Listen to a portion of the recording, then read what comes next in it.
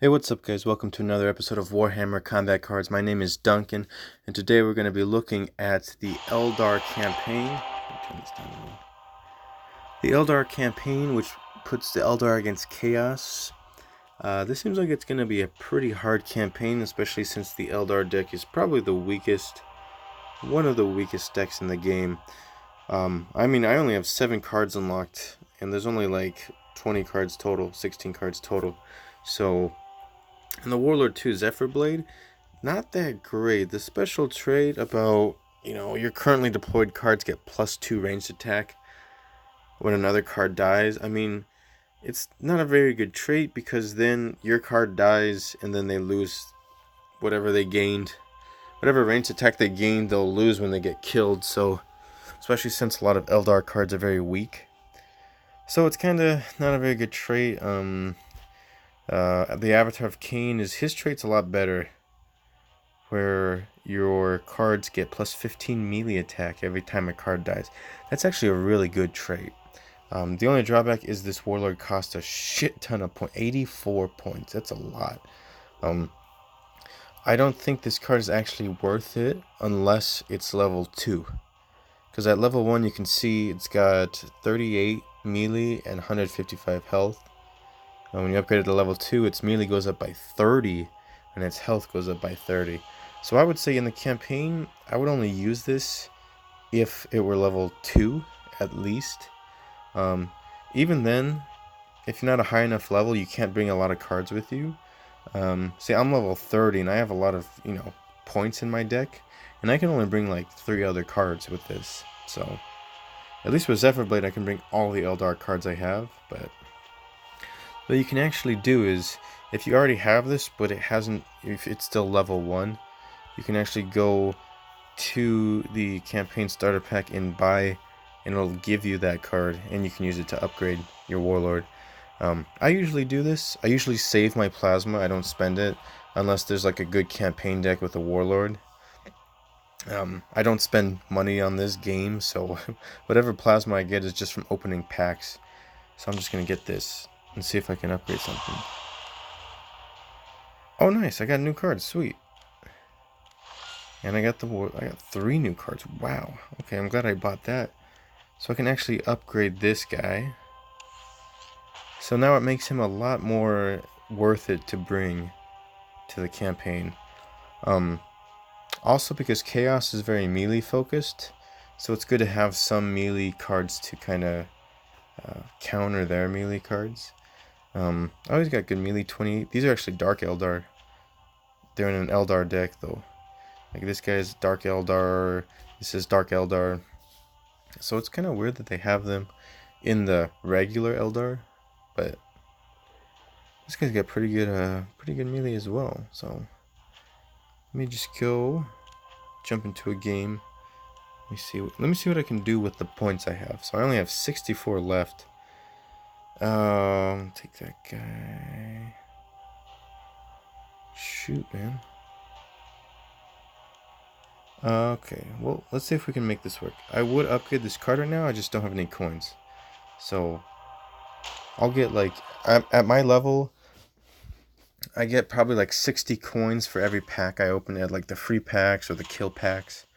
I get about 50, 60 coins. I'm pretty sure it just increases as you level up, the amount of coins you get, and plasma too. I notice I get a lot more plasma and coins now at a higher level. So that's pretty neat. Alright, let's see what's up. Pretty sure I'm going to get wrecked, but it's okay. It's just to point out or demonstrate the deck and how good or bad it is. Because I'm pretty sure the AI are a few levels ahead of you. Like I'm level 30, this AI is probably level 35, 34. And so if you're using the Avatar of Cain, you'll probably just use melee or psychic. But there's no ranged really in this deck.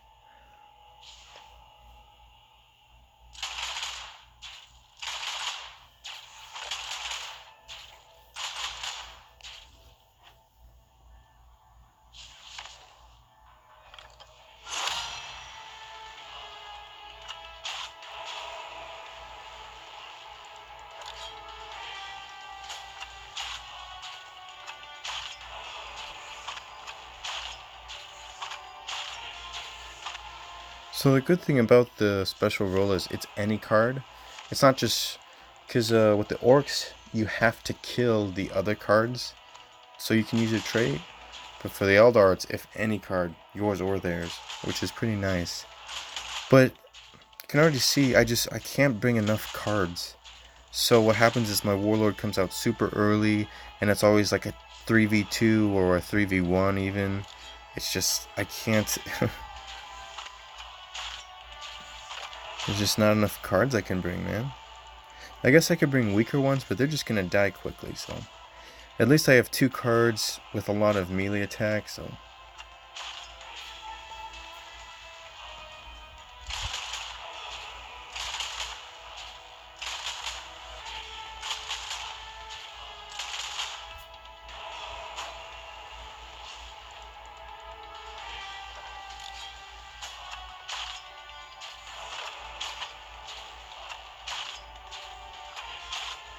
So I guess if I can get his Warlord to come out, I should be able to one-shot him.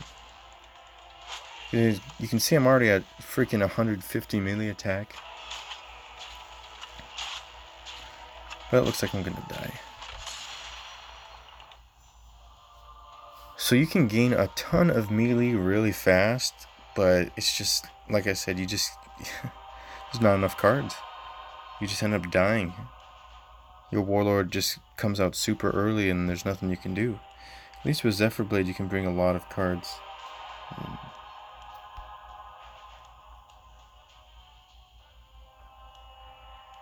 Let me see, Harlequin.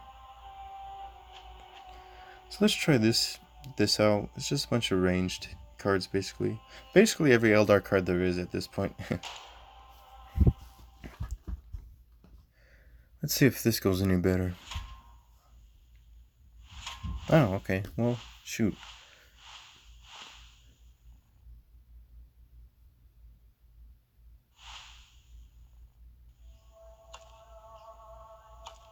He'll probably have the same problem where all his cards are gonna die, and I'll be able to just 3v2 or 3v1 his Warlord.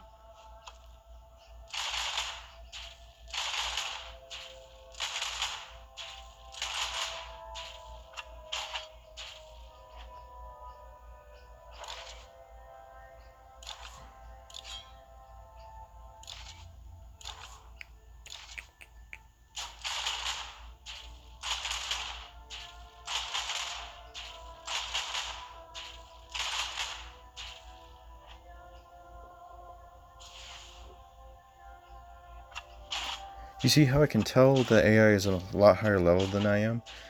Is he still able to bring a lot of cards even with that Warlord? I mean, sometimes I do the math and their decks are like 200 points. So, definitely higher than mine.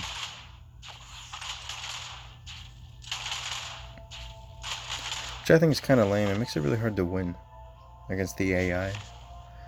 Because they have so much more points than you, more cards. What the heck?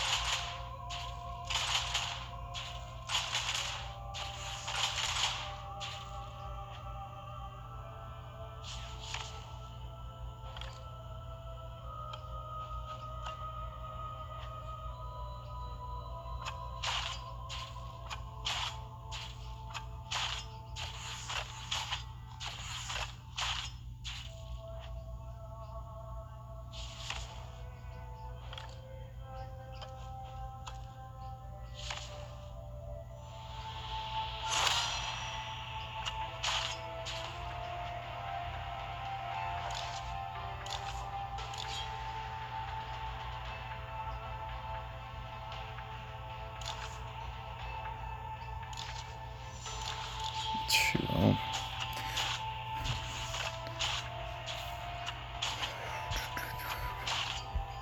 Man, that's really lame. His deck is so good, because he's got that good Warlord and a bunch of cards, man. And the thing about Zephyr Blade, this Warlord, is it's so weak. Just dies right away. I mean, low attack, low defense. It's just...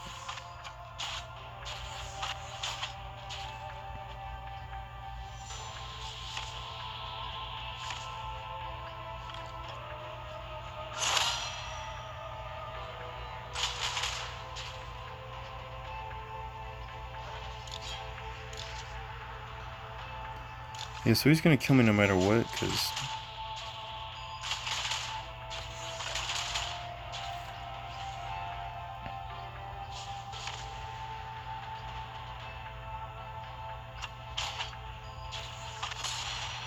So I guess the good thing about Avatar of Cain is, if the Warlord does come out, by that point, you should be able to one-shot them.